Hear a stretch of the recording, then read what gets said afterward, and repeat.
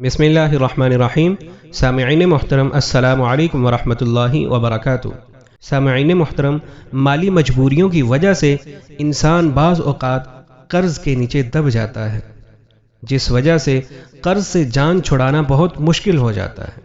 एक बात हमें हमेशा याद रखनी चाहिए कि कर्ज़ से पनाह मांगी गई है और कभी भी हंसी खुशी यानी सिर्फ शाह खर्ची के लिए कर्ज़ नहीं उठाना चाहिए, बल्कि कोई बहुत शदीद अमर पेश आ जाए, शदीद ज़रूरत पेश आ जाए तो तब ही हमें किसी से कर्ज़ लेना चाहिए।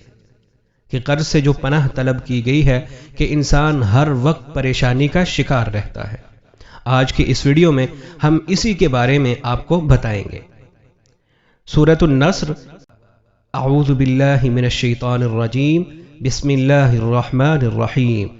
इज़ा जाअ नस्रुल्लाहि वल फ़त्ह वरअयत अन्नास यदखुलून फ़ी दीनिल्लाहि अफ़वाजा फ़सब्बिह बिहम्दि रब्बिका वस्तग़फ़िर इन्नहु कान तव्वाबा।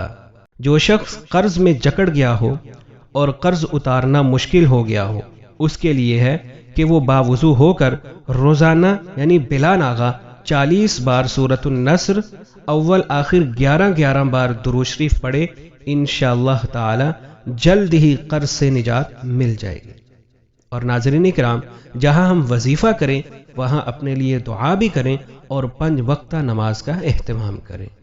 आपसे फिर अगली वीडियो में मुलाकात होगी, तब तक के लिए हमें इजाज़त दीजिए और अपनी दुआओं में याद रखें। अल्लाह हाफिज़।